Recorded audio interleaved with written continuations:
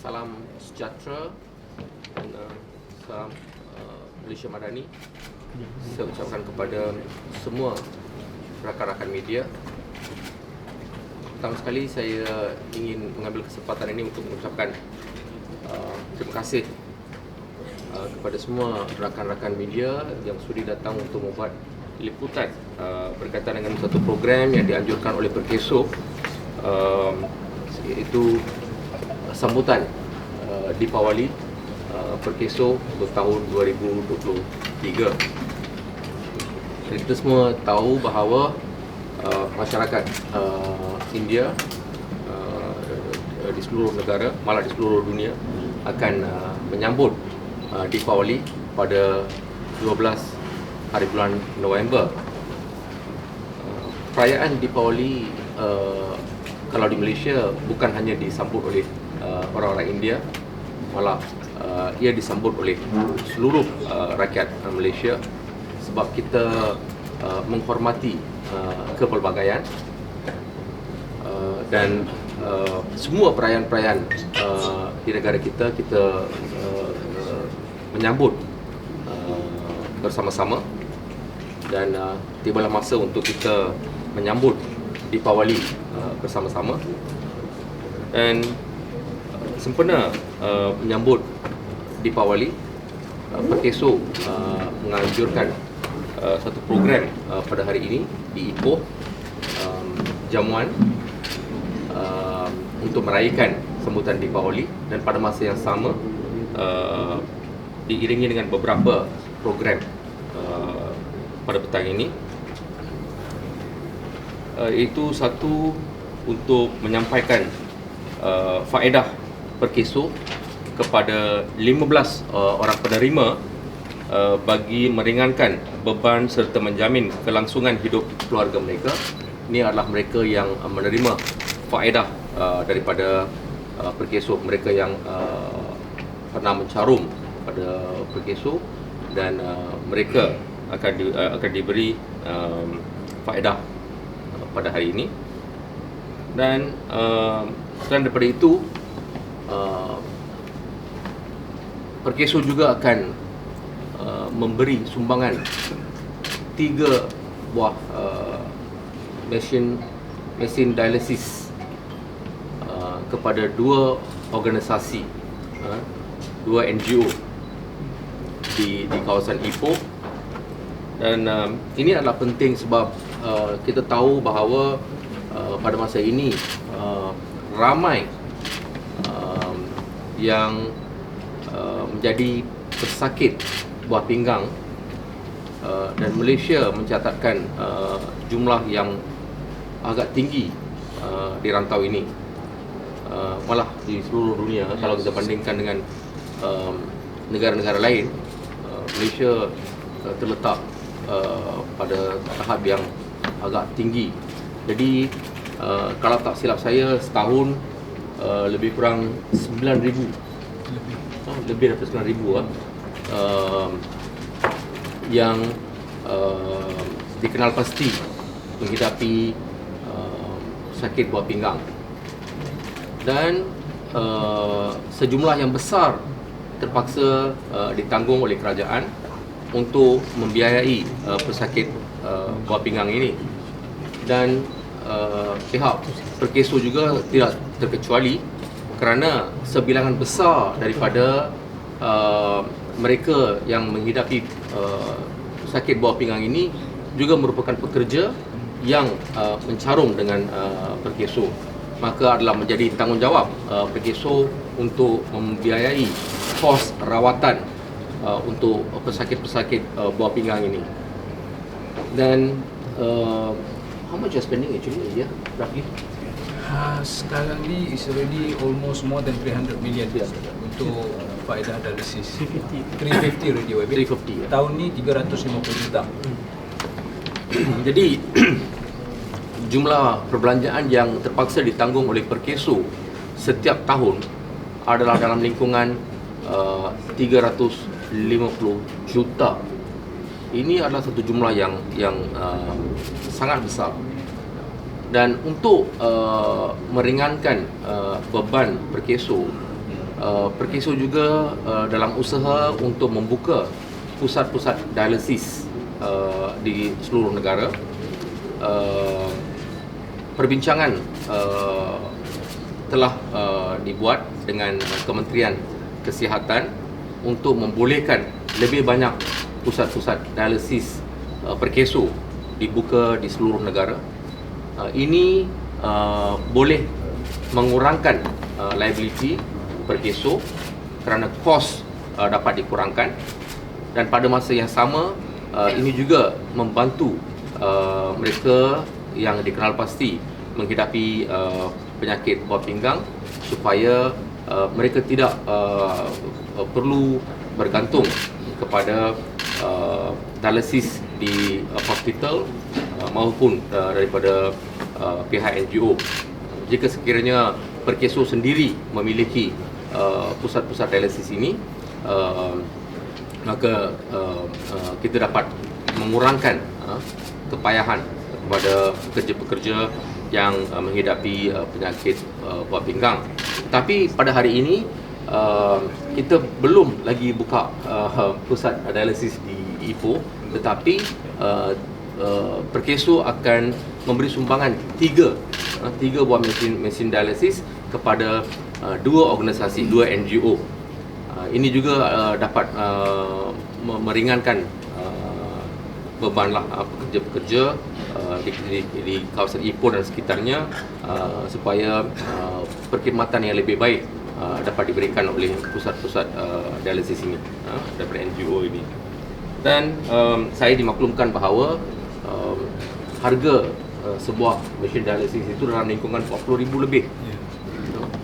Jadi hari ini Perkeso akan bagi 3, dan setiap tahun Perkeso menyediakan satu peruntukan lebih kurang 2.8 juta untuk memberi mesin dialisis kepada NGO-NGO di seluruh negara. Dan tahun ini pun setakat ini saya difahamkan lebih kurang 70 mesin dialisis telah pun diedarkan kepada NGO-NGO di seluruh negara. Dan program ini akan diteruskan pada tahun hadapan. Jadi ini adalah antara usaha-usaha yang diambil oleh pihak Perkeso untuk membantu pekerja-pekerja yang mencarum dalam Perkeso yang menghidapi penyakit buah pinggang. Okay. Dan ya, setakat ini ini adalah satu statistik yang cukup memperangsangkan, iaitu sehingga Oktober 2023 1171 mesin hemodialisis telah diedarkan di seluruh negara. Okey, 1171 oleh Perkeso sejak 1998. Ya. Harga kos yang sebenar 46 kan, jumlah yang telah dibelanjakan setakat ini hanya untuk membeli mesin dialisis, iaitu 1171 itu ialah 46.84 juta. Perkeso membelanjakan setakat ini 46.84 juta untuk membeli mesin dialisis, 1171 mesin dialisis. Dan dua persatuan yang menerima ialah Pusat Yayasan Buah Pinggang Kebangsaan,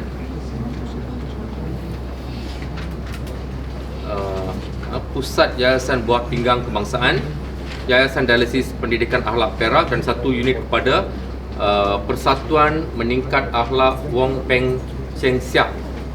Ya, 2. Okey. Saya rasa itu saja cadangan untuk membuka pusat dialisis di negeri Perak. Saya pernah bincangkan tentang perkara ini kepada Ketua Eksekutif Perkeso sebelum ini, dan sebentar tadi sebelum masuk ke sidang media juga saya telah mengingatkan kepada beliau, dan beliau telah memberitahu kepada saya bahawa kerja-kerja awal untuk mewujudkan satu pusat dialisis di Negeri Perak sedang dilaksanakan. Saya minta satu, mungkin KI akan mempertimbangkan untuk membuka lebih banyak pusat dialisis di Negeri Perak. Ada lokasi ke dia di Batu Gajah ke di Ipoh? Saya akan buat pengumuman dalam bulan Januari ataupun bulan Februari berkaitan tentang perkara ini, sebab mereka masih dalam peringkat awal untuk mengenal pasti lokasi yang sesuai untuk membuka pusat dialisis tersebut. Tapi pasti akan ada. Ada pada ataupun dia sekali dengan pusat rehabilitasi atau Tak, itu lain. Pusat rehabilitasi di Taman Meru setakat ini 35% kerja-kerja pembinaan telah siap, dan dijangka akan siap keseluruhannya pada bulan November 2024 tahun hadapan. On time. Okey, progress on time. Okey, Maknanya dia akan beroperasi bila jangkanya lah. 2025 lah. November Boleh. handover by January 2025 dah. 25 lah. Dijangka awal tahun 2025. Because 25 di bulan November, somewhere that Yes. hujung November siap, dan kita kena pastikan semuanya dalam keadaan yang baik, dan mungkin kita akan cuba untuk membuka pada awal tahun 2020. Okey.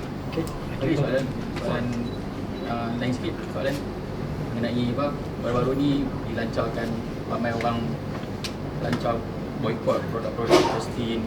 So dikatakan ramai yang dibuang kerja. KSM tidak terima apa-apa laporan berkaitan dengan pembuangan kerja dan sebagainya. Tidak. YB, ini kedudukan bekas pekerja My Airline. Apa adakah airline lain yang sedia menyerap? Okey, belum ada kepastian lagi. Saya difahamkan bahawa memang ada usaha-usaha seperti itu. Jadi kita kena tunggulah untuk perkembangan seterusnya. Walau bagaimanapun pihak Perkeso juga telah mengadakan libat urus beberapa kali dengan pekerja-pekerja daripada My Airlines, dan kita akan tunggulah untuk perkembangan seterusnya. Kalau benar mereka telah diberhentikan, maka pihak Perkeso akan membuat apa yang sepatutnya lah, yang selanjutnya untuk membayar faedah yang sepatutnya mereka terima. Ya. Buat masa ini saya difahamkan 427 permohonan telah pun diterima oleh pihak Perkeso. Okey, tapi kita kena tunggu dulu untuk melihat perkembangan seterusnya. I think this is regarding foreign recruitment agency. There were claims by the Migration for Development and Equality. They claim today that there are some recruitment agency, they are hiring outsourcing company to hire foreign workers. So when this happened, when these documented foreign workers they came in, they were given work in a field that they shouldn't be working. So cases of undocumented people are rising. So are these What I don't understand what you mean by undocumented. they said that even though they have been documented earlier, since they were given in the work in a different kind of field, so they became Ya, undocumented. saya dalam perkara ini saya dah banyak kali beritahu.